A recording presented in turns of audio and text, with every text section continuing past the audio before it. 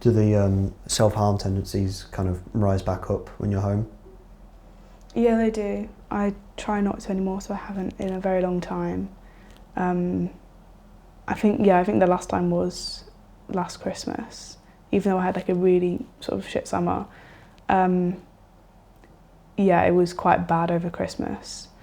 So I just sort of haven't since, because I was it got to the point where I probably should have got stitches for what I did.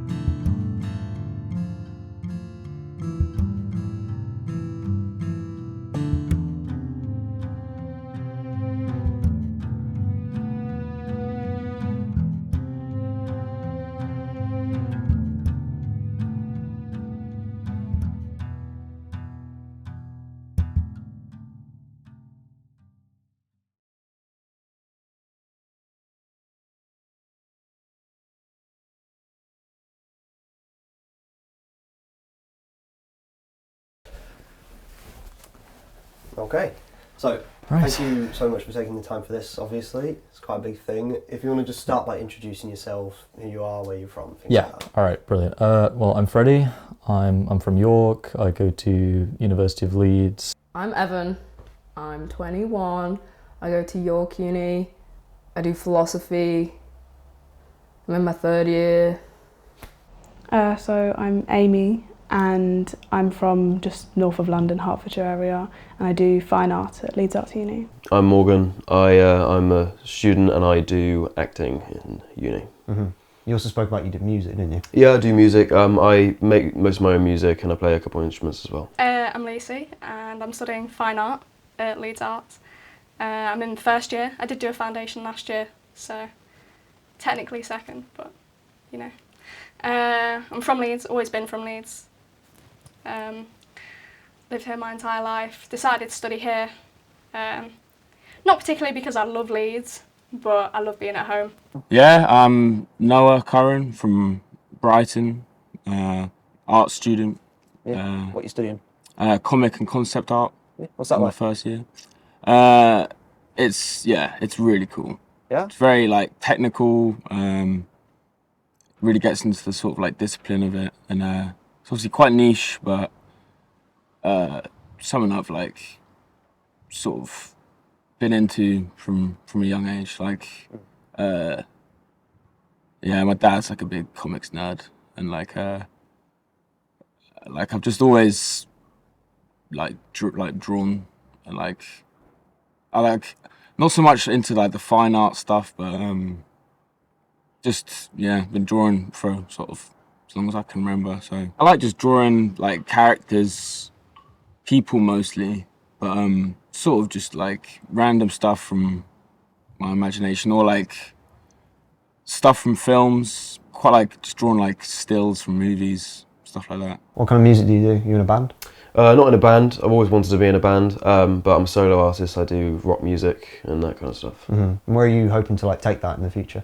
Hoping to get it noticed, release it on like Spotify, and if I get that far, yeah. Mm-hmm. I mainly do installation, sculpture. Yeah. Bit of photography, kind of a bit of everything, but not really painting anymore. Is there like a theme that you work around? I mainly work around mental health, or like my own sort of traumas that I've experienced. So I kind of use my art to kind of help me. But sometimes I do touch on sort of like societal issues as well. I think a lot of societal issues definitely do affect people's mental health as well. So I kind of work with both of those themes in my work. Obviously you've got a very eccentric room. I do. What kind of art do you do? Abstract and land art. I've kind of funnily enough, doing a foundation in fine art was probably the best decision I ever made for my artistic career, because A-levels kind of teach you to follow one path and this is what you must do to be a good artist, and then you do foundation and all of a sudden you can throw a paint bucket against the wall and it's great.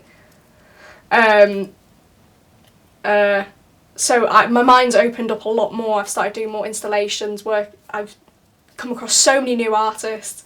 I enjoy painting and sculpting. I do weird performance pieces. With your own stuff that you do, what kind of like inspirations do you draw from? Does mental health come into it at all? Not particularly. I haven't actually created any art that reflects my mental health or anything that I've been through yet.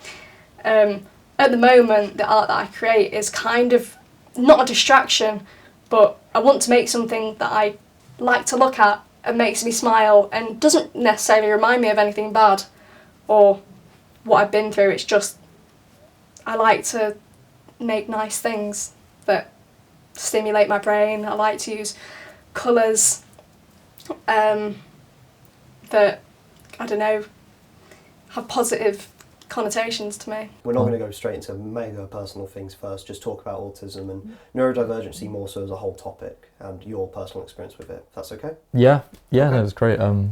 Just in general, my experience with being, well, I'm not diagnosed, I'll say that first, just because I think, to an extent, I don't want to claim to be anything medically, but I think from my general life experience, I know quite a lot of people around me who are autistic. I tend to gravitate towards them, and it's been suggested. And I have a few friends that are diagnosed, and I generally have a lot of traits in common with them and that kind of thing, and we can definitely relate on those levels. And I think it's generally true that neurodivergent people tend to sort of group together. In terms of my experience with it, generally I'm quite happy with it, to be honest. I've always enjoyed it. I think when I was younger, I found it to be more limiting, just because I'd get, I've had a lot of tics always with these kind of things. And like I used to have embarrassing ones, like picking my nose and stuff like that, where I just couldn't stop doing it all the time, which is obviously embarrassing. Yeah. But that was when I was like, 7 or something like that. But generally, I think for me with it, the kind of the passion that I think it's in me, but I think generally that kind of autistic or neurodivergent thing of having fixations and strong passions for things that I've always had my entire life has been really nice, I guess. I've really liked it. I think it's a massive part of who I am, probably my main sort of central being. I'm on sertraline. I'm on the lowest dose. I'm on like 50 megagrams. I'm on 50 milligrams. I started about late November, I want to say. So I've been on it like 2 months and a bit. Yeah. And it's helped. I do feel better, I would say. What's it help with? I went on it originally because I was having like debilitating anxiety, because I was getting just in like I physically couldn't like pull myself out of it. And I was just I've never really had panic attacks before, but I was getting like panic attacks, and I was like just like curled up and like couldn't move and couldn't think.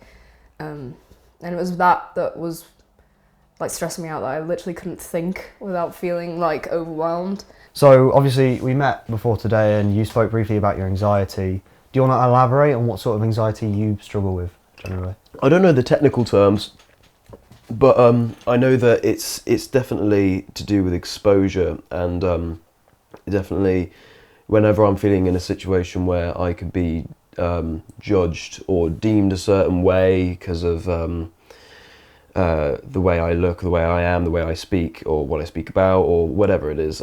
Exposure is a big thing for me, I think. Try not to be embarrassed, How do you expect to be judged by people? Just because I've had I suppose, everybody has their days in school where, you get judged by other kids, and you learn from that things that you should and shouldn't do, what's popular, what's not popular. And later on down the line, I suppose you still have elements of that, don't you? Trying to stay popular, stay liked. So yeah. You said that you wanted to talk about your BPD. So to begin, what's that like for you generally? At first it was kind of debilitating because once you get that label, you get told something, then things do fall into place, but you also then, whenever you commit any action or make any decision, it's like, well, it was because of that. It's because I have this thing. When it's not. And now, since it's been a few years on since I was told so, I don't tend to think about it anymore, which is quite nice. It's only when I'm in a really low space, I'd say, that then I go, it's okay, because there'll be a better time, which is where the BPD comes in, because you go between feeling on top of the world, nothing can get in your way, so confident, so amazing, and then down to no one loves me, no one wants me around, and chronic emptiness. So when I am feeling low, then it's kind of nice to fall back on, because then I'm like, it's okay, because it'll go back to normal and I'll be okay. In your first email to me, you said that you've been through depression in the past. If it's all right with you, I wanted to ask when this happened, what kind of time period it covered, and when did it come and go? It was for a really long time. It kind of all started when I was maybe about 10 years old, so it was I was a bit too young to kind of know what was going on. But I definitely know that that's what it was, and it went all through my sort of teenage years, through secondary school, and A-levels definitely last year.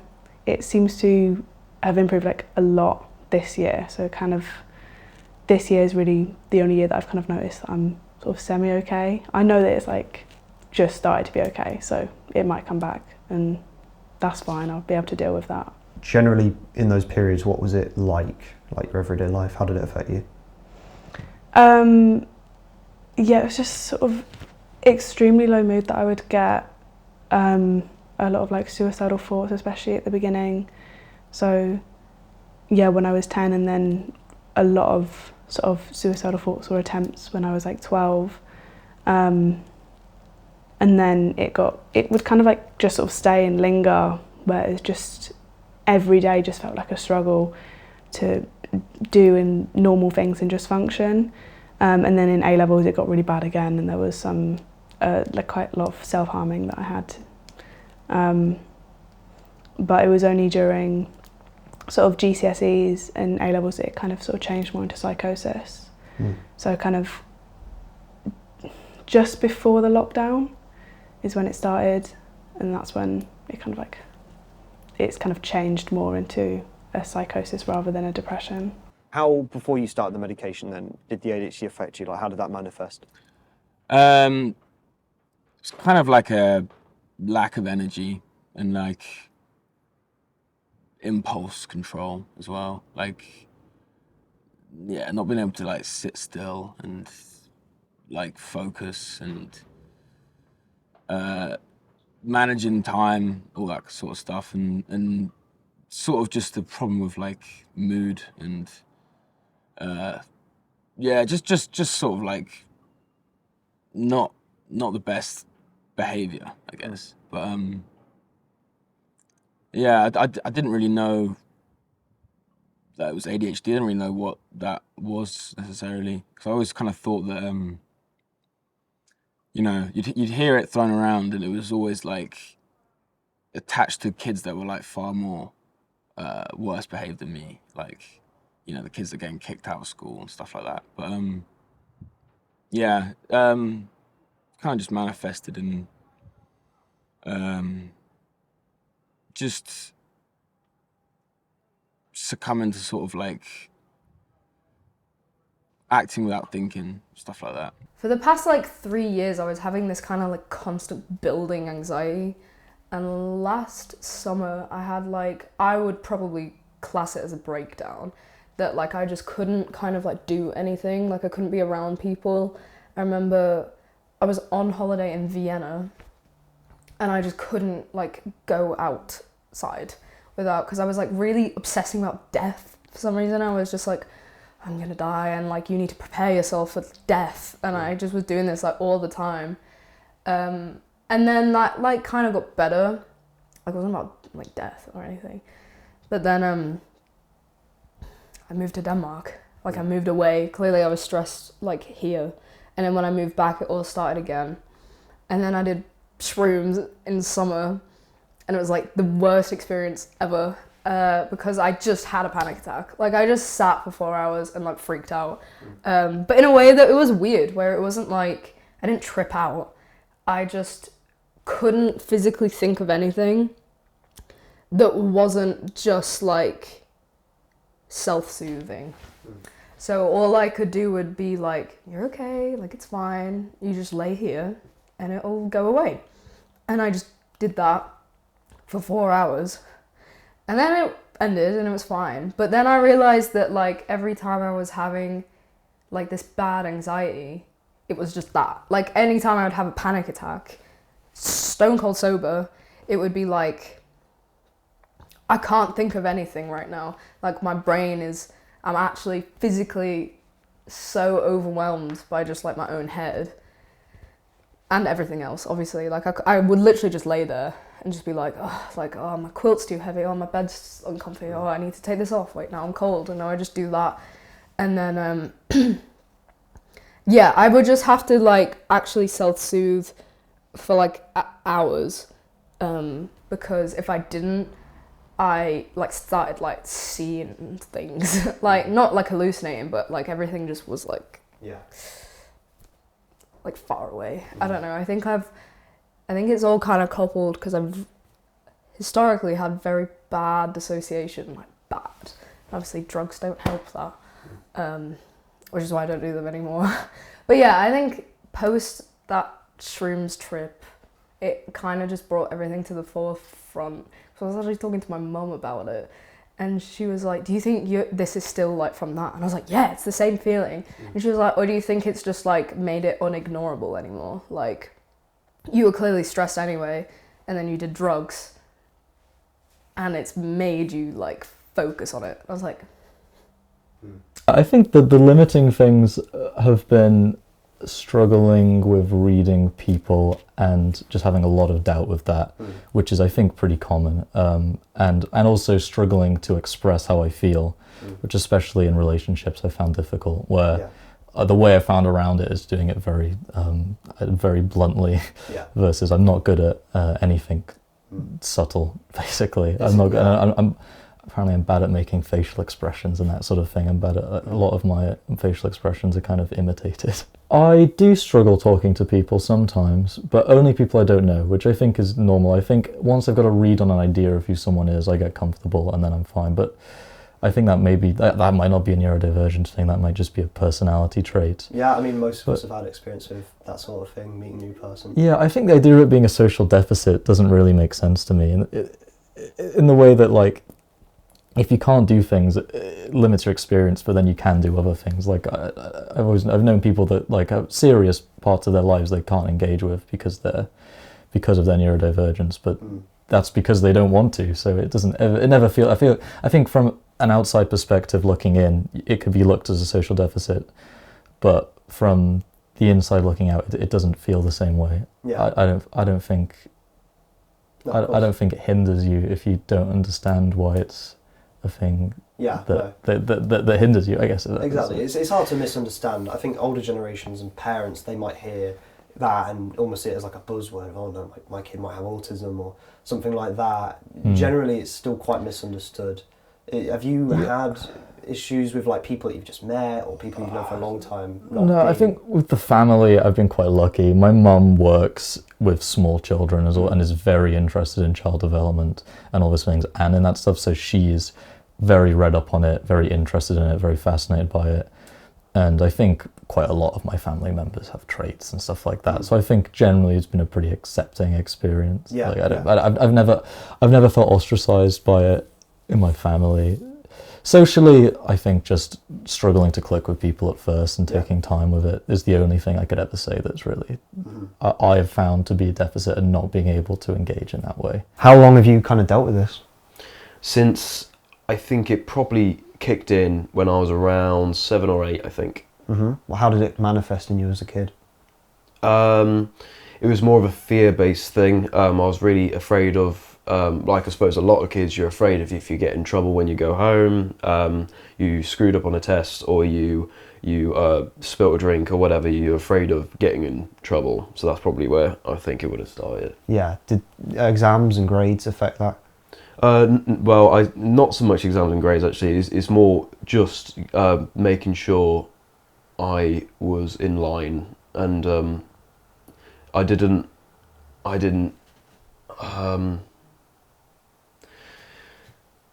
push the boundaries too much. You know, some people with parents you can push a bit more in certain areas, and you're just trying to learn when you're a kid. But I think 7 or 8 is when I realised that there's some areas or boundaries that just you can't cross or whatever. Yeah. It got to a point where I go to bed and I'd be so afraid or worried about something, and I'd have no idea what it is that I'm afraid of, but I was very, very deeply like, something bad's going to happen. I don't know what it is, but it's going to happen soon. And whenever I came home, and just that, it was always a worry of the future, of something that was going to happen in the future. It's still, obviously I still have it now, but it was really, really impactful until I was probably around about 14. Then it eased off for probably about 3 years, and then it kicked back up again last year. And it's kind of I've got therapy now, and I speak to people about things, and people are aware of this kind of stuff, and so it's a lot easier to get by now, to control. How did that affect you? Did that make things harder as a kid? No, I mean, as a kid, it was just all it kind of was just part of being a kid, I suppose. But definitely maybe just more hyperactive and distracting in class, and sort of, starting fights and stuff, and getting a bit rowdy, but only became more of a problem sort of secondary school age. How so? Where you just got to sit still for an hour or however long, and just being hard without really knowing why. Knowing that there's a difference between you and the other people, as to why it's just so hard to, knuckle down and do the task in front of you. And getting a lot of grief from the teachers for that. Did they not understand? Did they not make any sort of accommodations? No, because at that point I hadn't had a diagnosis, and it's just their job to sort of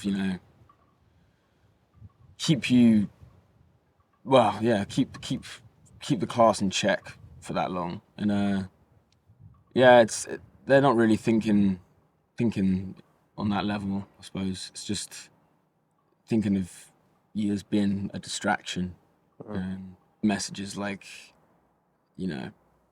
what the teachers have said that day, or you've been distracting someone, or you've been late, you haven't submitted this. But they probably, it's kind of a thing where hindsight is 20/20, because they don't really, neither of my parents really knew what ADHD exactly was until they kind of had to find out. But yeah, I think it's just because everyone's their own individual, but probably with signs of just with me being particularly moody as a kid, and just running riot a little bit. What exactly was psychosis like for you? So it's just sort of visual disturbances, visual hallucinations, but they're sort of fine to deal with most of the time. I had them a lot in my GCSE exams, which was quite distressing when you're kind of hearing voices and seeing things and trying to pretend to be normal. So I'm sitting there doing an exam, getting really annoyed that I'm trying to pass my GCSEs and I can't even read what's on the paper because I can't see the paper.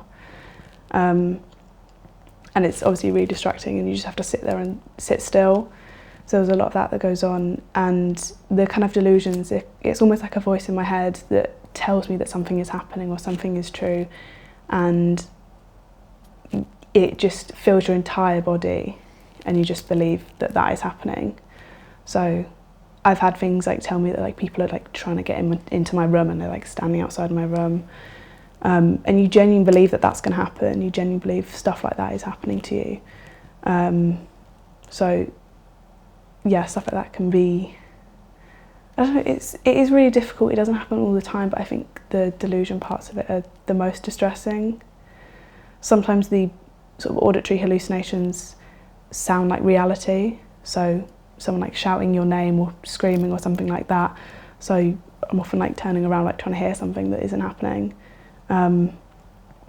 But yeah, I've kind of managed to work out roughly when it's going to happen. If I know that I've gone through like a really sort of stressful or tired period, I know that like I should expect something soon. So yeah, I don't know what else you want me to say about it. No, very, really good what you just said. Do you find people who like struggling to understand? Yeah, in a way. I mean, I don't outwardly tell people. When I meet them, I don't go, by the way, I've got borderline personality disorder. It's not something that generally comes up. To close friends, they kind of, I feel like they understand it more, and I'm thankful to have friends that don't really, I don't know, overreact when I overreact, because they can see that I might just be having a moment. And if I am like feeling chronically empty or lonely or sad, then they're like, it'll be fine. It'll go soon and you'll be happy again. So personally, I haven't faced much negative feedback from it because people tend to understand, I'd say, especially people our age. With what you said about things feeling further away, do you think that was like derealisation I hear people talking about? Yeah, I think every like therapist or like person, like uni counsellor, whatever, you know, any of those kind of people, I've always mentioned this as like one of my biggest problems, of that like I physically feel unable to like recognise things as happening, slash real, slash like just aware of my life like at all. There's that pretty famous one where it's like 5 things you see, 4 things you can hear, you know. Like if I would just do that, it would just make me freak out more that I couldn't like feel it. Especially like I do the one as well where I just look around and like list things in my head, like sofa, camera, boom, you know. But I think I would just then be like, but you're just listing things, like you don't, it's not real, like you don't feel it. And I was like, ooh, yeah. So for some people that subconscious kind of buzzing is easier to quiet or soothe. Yeah, I think, I don't know if it's, I think like even now, like we're talking about it, like I do still feel out of it, but I think I'm just less worried about it because I do feel better than what I did. But it is still a weird thing of, I can't tell what it's meant to feel like anymore. Like I feel like I've felt this way for so long that I've kind of forgotten. So I think I'm like chasing something that I don't even recall. And are there things that make the anxiety worse or exacerbate it? Or periods where it's worse? Definitely me. I mean, I will take any situation, whether it be small or big, and I will imagine the worst case scenario, and I'll push it to the point where it's so unrealistic. But it will happen because it will happen to me or whatever, and I'm used to this kind of stuff or whatever, I don't know. But I'm a big helper in making it worse. Yeah. It just kind of always hangs over you and you just kind of feed that fear. Is that what Yeah, I've grown up with it as a part of me, really, I think. Yeah. Do you think you've learnt to kind of live with it? Or is it still something that you're fighting? Because obviously you mentioned therapy. I want to go more into that in a minute. How do you kind of cope with it every day? I have, well, like I said, I've got people I can speak to now. I've got a lovely girlfriend who I can go to with my problems. I've got my family now know more about it as well, which is great. They know I've got therapy as well, so I can get by more, definitely, just because people are aware of the situation. Whereas before, when people were unaware of it and you just got to pretend everything's all right and all this kind of stuff, it was definitely a lot harder, I think. Yeah. Growing up then, do you think if you'd known about it and if you'd had parents who were, you know, you could have spoken to about it, do you think it'd be better nowadays if you maybe gotten more of an understanding about it when you were growing up? I think the way things have gone on in the past, there's no other real route it could have gone. I think I grew up, everybody grows up in a situation or an area or with people around them, and they can't, you know, that's not part of their control. You know, you grow up the way you grow up. I am who I am because of my past, and I'm proud of who I am. So I don't think things would have changed. Maybe things could have been easier, but you know, I don't really think about that so much. I don't really know. Yeah, because you spoke about how it affected you when you were like 10 to 12, that sort of period of your life, and it's not, you know, entirely unusual. It's fairly common nowadays to hear of kids experiencing that sort of thing, but you know, for adults and people of older generations, it is still kind of shocking to hear that, you know, a kid might be going through that. How did it kind of affect you at that point in your life? How did it kind of, you know, show? I'm not too sure, like, I remember being, I don't know, I just remember sort of being depressed and like very sad and feeling like my world was falling apart. It did feel like I didn't really have like any support around me. I know I had friends and I did do drawings, like I created art based on like how I was feeling, and I remember sort of drawing a lot of pictures and feeling like I was locked in a prison far away from everyone else. That's how it sort of felt. I remember my friends like taking me aside and being like, you're not like that, like people do care about you. But it was very difficult to sort of see any positive in life anymore. It didn't help as well when I went from primary school to secondary school, and I was even further away from my friends because it was a big school and I wasn't in like a class with any of my friends. So it was just like I was dealing with it all on my own, and I had to suddenly make new friends, and I just stopped functioning really. I just would shut down. I would sort of turn up, not really talk to anyone, and just sit there.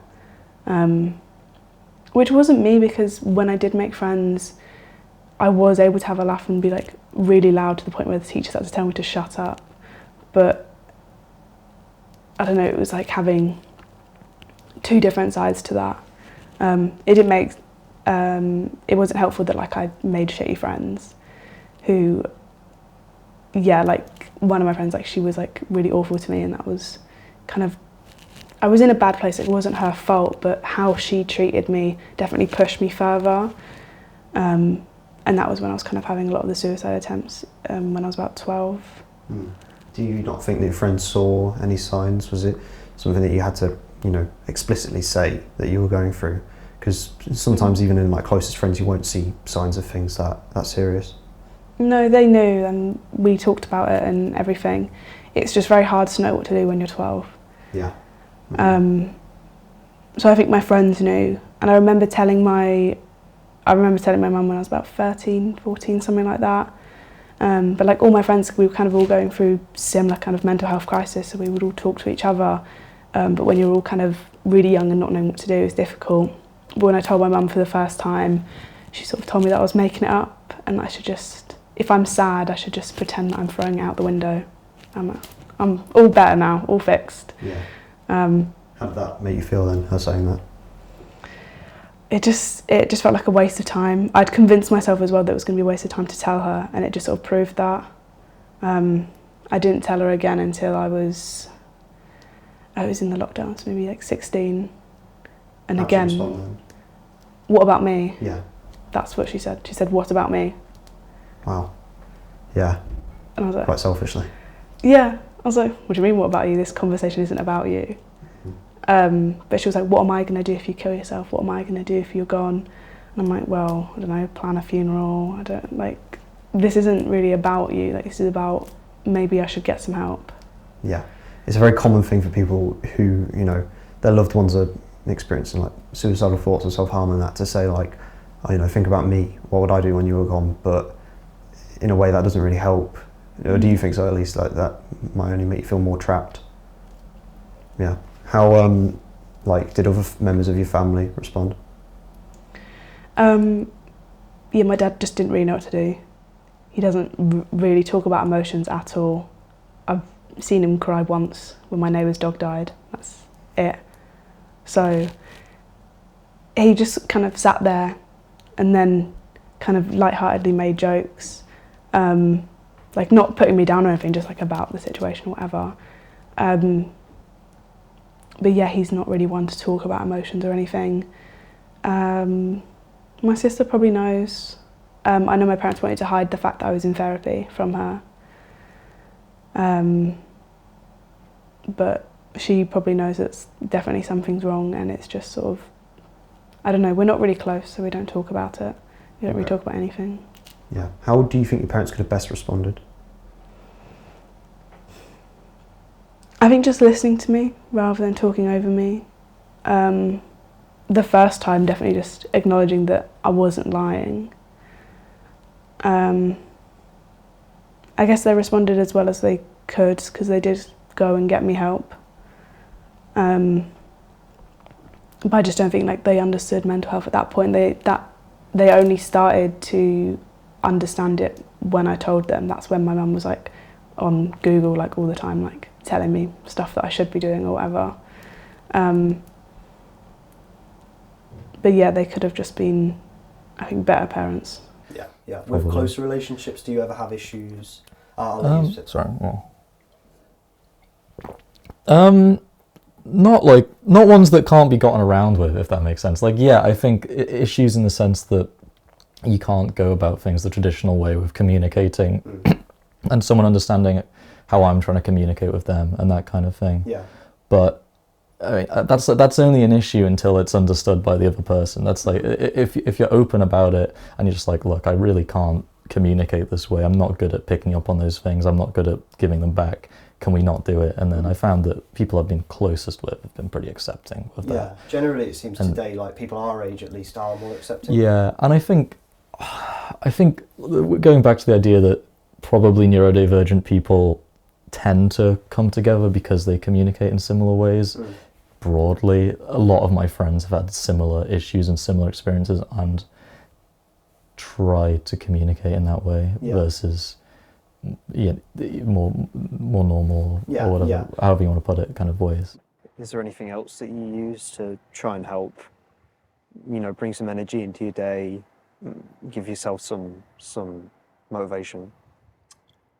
I mean, coffee in the morning, but to be fair, with ADHD, it's not, you don't quite get the same reaction, I think. It's more, I mean, it's kind of the same with the medication, I guess. If someone was without ADHD was to take it, they would obviously show this, like, they'd be very outwardly, like, energetic, and, you know, they'd show it on their face. It'd be like, they'd be kind of overstimulated. They'd be having too much dopamine or whatever. So it's like if you drink a like strong coffee, you might be like bouncing off the walls. Whereas with me, it's kind of more like it mellows you out. It's kind of like calming. All my friends, yeah, they all know about my ADHD, my medication, and everything like that. But sometimes I think it's hard for them to understand, because when I'm like in the day and I'm on my meds and, you know, I'm at ease, sort of like pretty normal, and there's nothing too hard to understand because I'm acting normally. But sometimes my battery can just sort of run out, and if I'm just not feeling up to something, if it's something, we're going out in the evening, something like that, and I'm sort of crashing, or like I'm sort of burnt out, they kind of just think I'm being boring. Like, come on, perk up, cheer up. Like, Not as simple as that. yeah, and it's like, if I could, I would, but, and I hate it because it's, I'm not that pleasant to be around either, and I do know that. Speaking about, routine and regimen, on the NHS website they talk about regimenting your day and giving yourself a routine to stick to. Have you ever considered that? Do you think that might help? Yeah, I mean, I think, yeah, there's something that this discipline and stuff that I definitely would take out of a solid routine. But, I mean, I did this boxing match. It's like charity boxing match. It was like the weekend just passed. And for that, I was, going to the gym pretty much every day. And we had like training twice a week. And that was kind of the best I've felt for a while. Like the best shape I've been in. And just having the structure and routine of that and the physical sort of like benefits, well, and the mental benefits obviously, but having like something like that to work towards, definitely I saw like, yeah, a good change from that structure and routine. I'd say now, not so much things have to contribute to it. It is just kind of wake up or turn your head and then you feel a different way. It's really weird, but I find it a lot easier now with coping mechanisms and a lot more confidence in my own ability to bring myself back and remind myself that it's like, you don't have to feel this way. And I know it's not necessarily a decision to feel happy, but now I know that there are definitely things that I can do to make myself happy. It's so easy to get comfortable in it. It's so easy to be like, I'm sad and so I'm going to feel sad.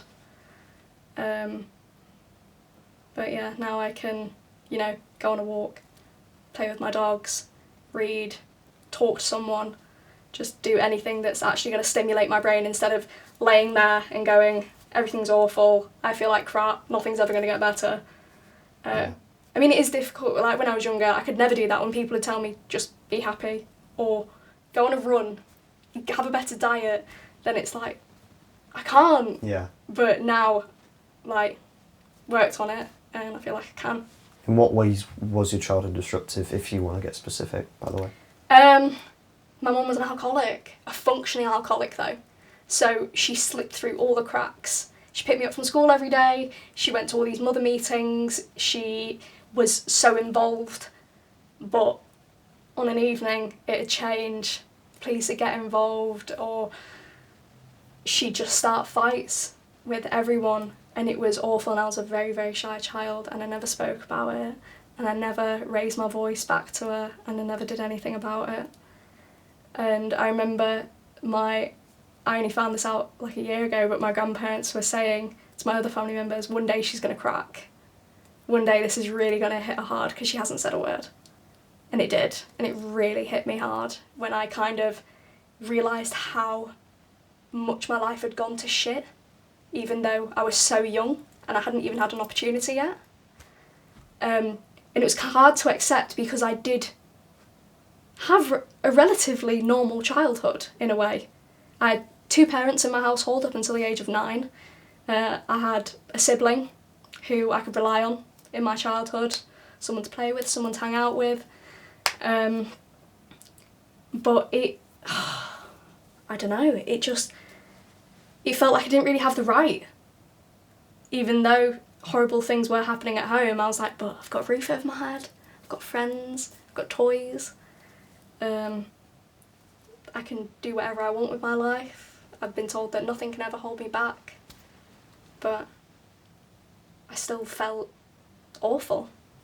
I remember New Year, like I had a pretty bad New Year because I went and I took my medication 3 hours early because I was going to New Year. And I usually take it at 8 p.m. I took it at 5.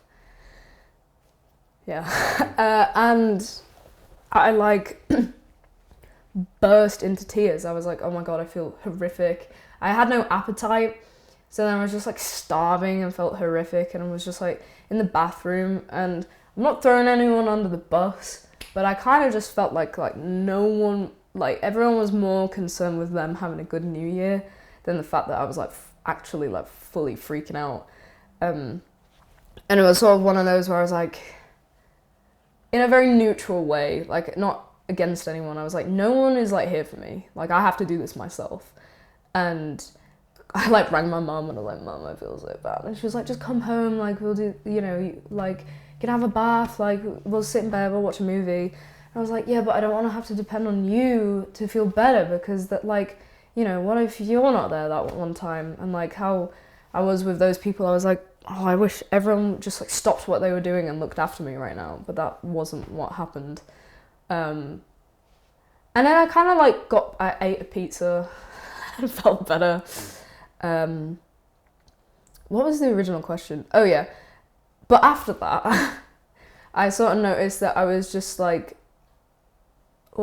finding things that were like not that funny, like hysterical. I was like barely laughing, like this is so funny. And I could even feel in myself like, this is odd that like I'm finding this really funny.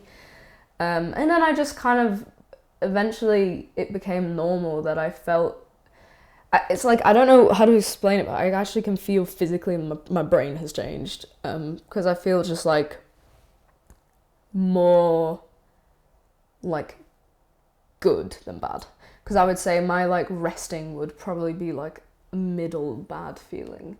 Like not terrible, but you know, and you're always just like, there's always something wrong. And you'd always be thinking about how this like one thing is wrong.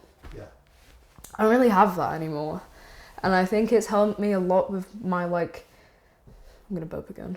Sorry. With my self-confidence. And like, I don't know, I think it's helped me have like many sort of like personal philosophical epiphanies about myself and how people, I was really obsessed with like what people thought about me, classic, right? And now I just don't care at all, which is nuts, because I'm like, I don't know what changed. Like, I don't know if it was just me getting older or if it's the medication. Feels quite liberating. Yeah, I feel liberated, and I feel sort of like, I would generally say I'm an intense person. I'd say I'm quite a lot.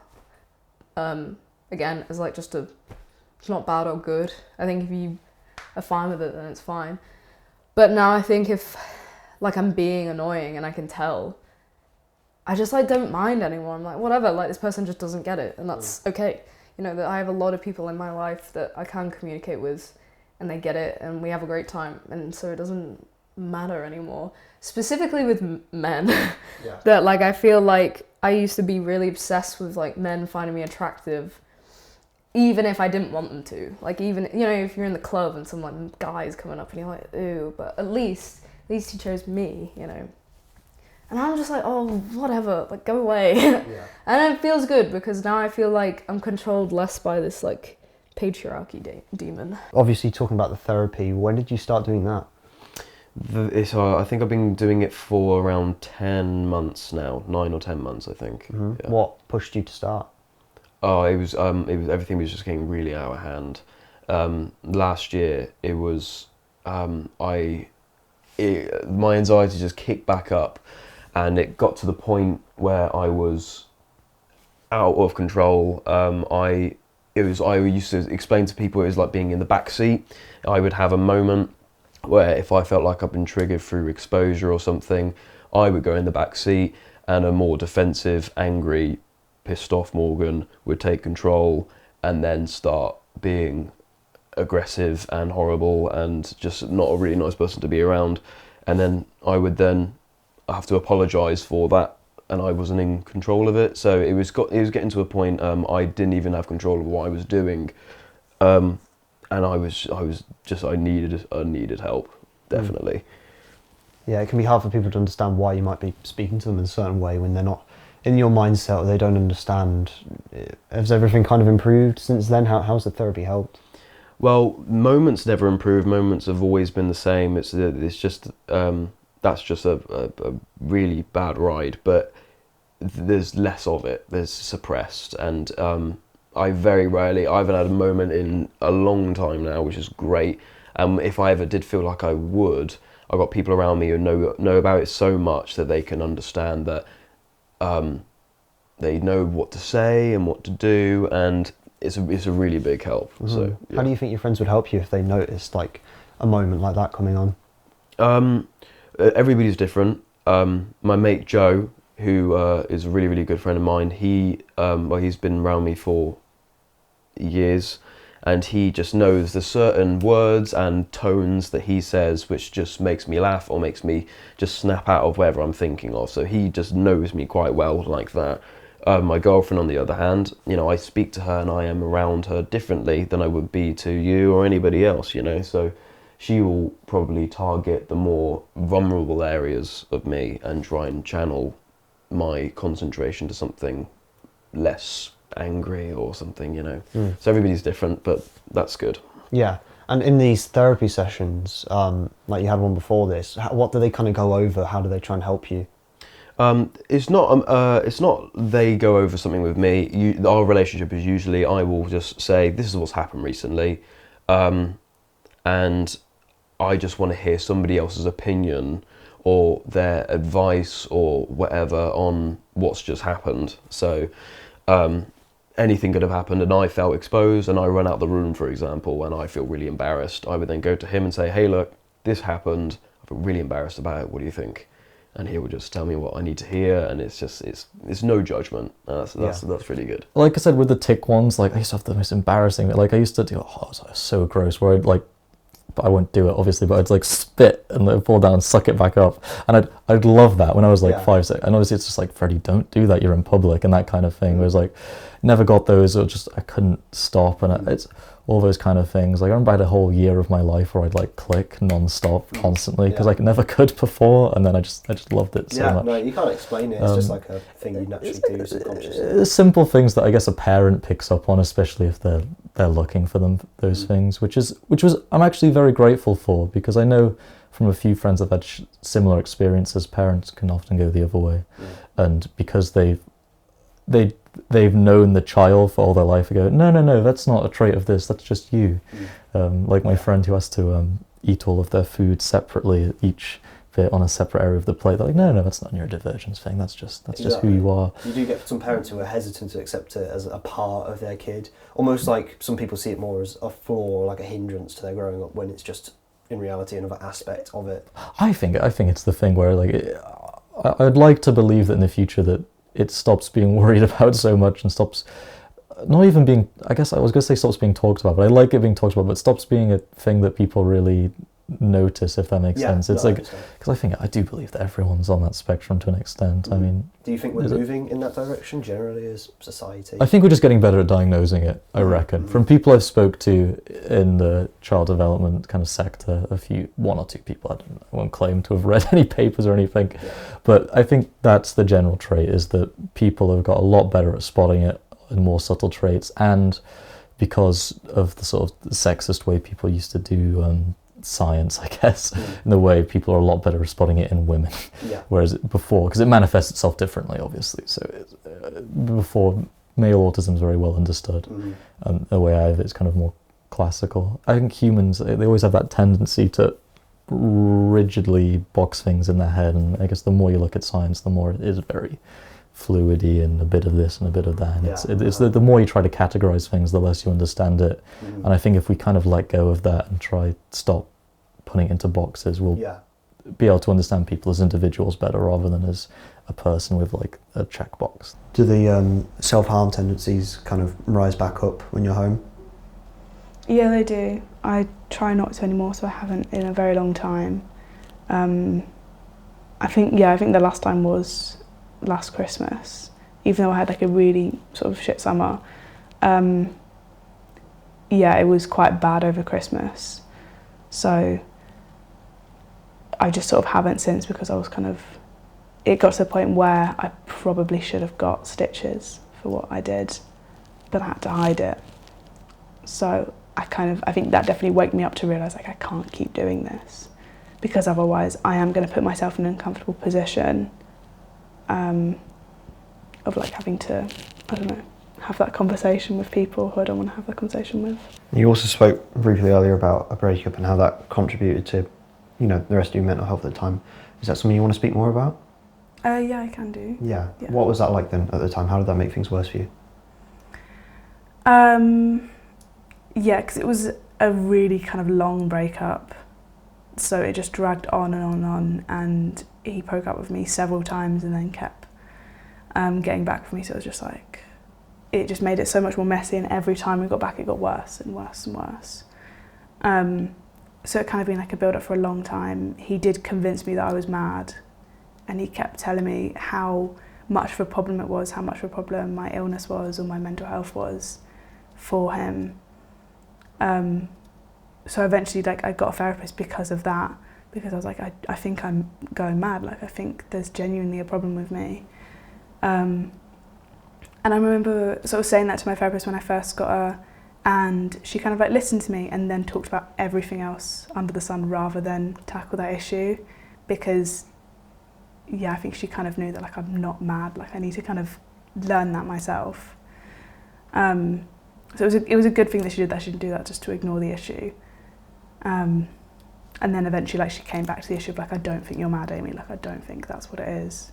And I've kind of understood that as well, that he just kind of broke my mental health down again and again and again, kind of to make me more malleable to what he thought he wanted or could accept. But I don't know, he finally admitted that in his own words, he just wanted to punish and hurt me, which was like, that's nice of you to do that. Yeah.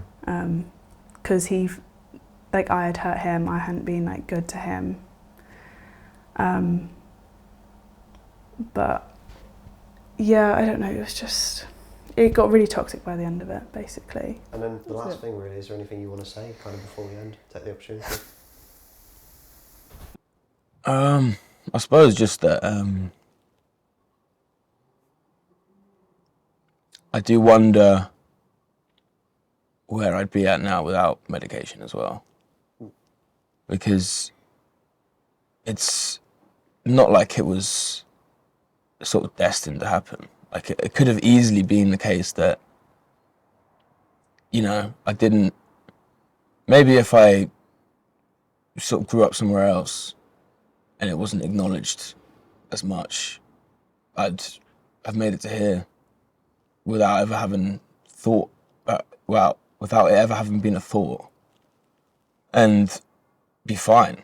Because, I mean, people have lived lives like in the past, not even with ADHD or medication not even being, talked about or anything, and they would have just lived a life just the same, you know. I don't know, maybe they wouldn't have had access to certain avenues, or maybe won't have made it as far in education or stuff like that, but it's not to say that, and it could still be fine just being maybe a bit more yourself and a bit more natural. But at the end of the day, like, it does help me, and I'd like to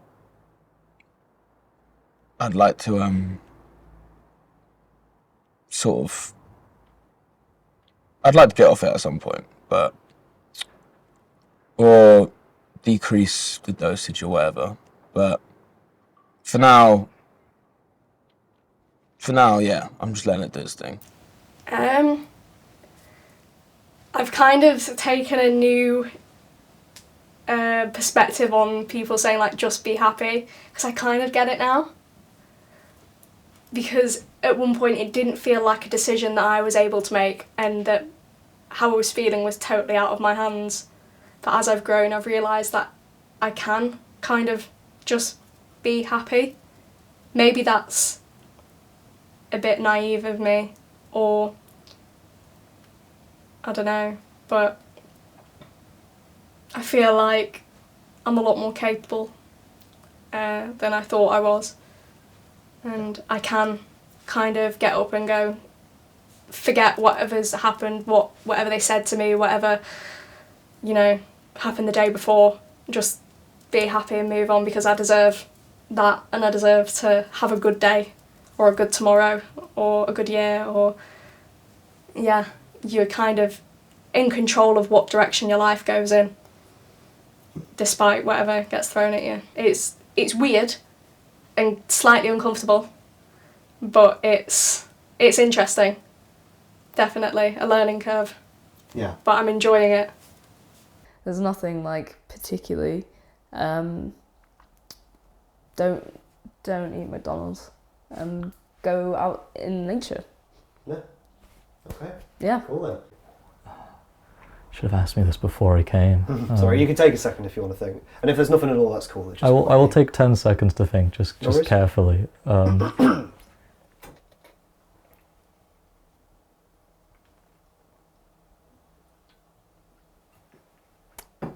No, I'm alright. I got nothing else to say. That's totally cool. All That's right. totally fine. Brill.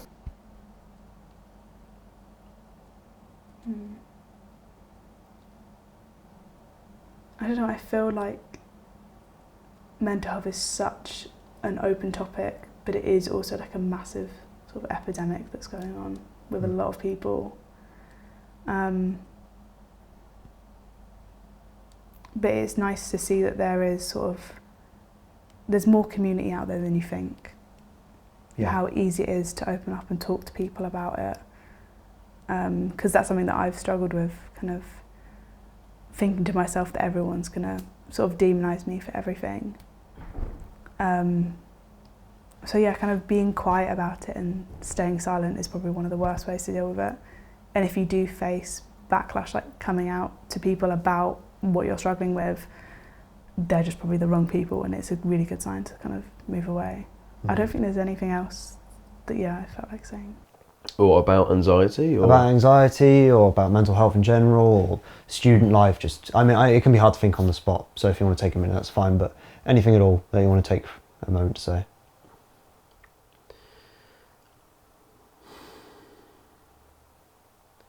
It is scary, life and living and, kind of going about your days and all this. It is really, really frightening.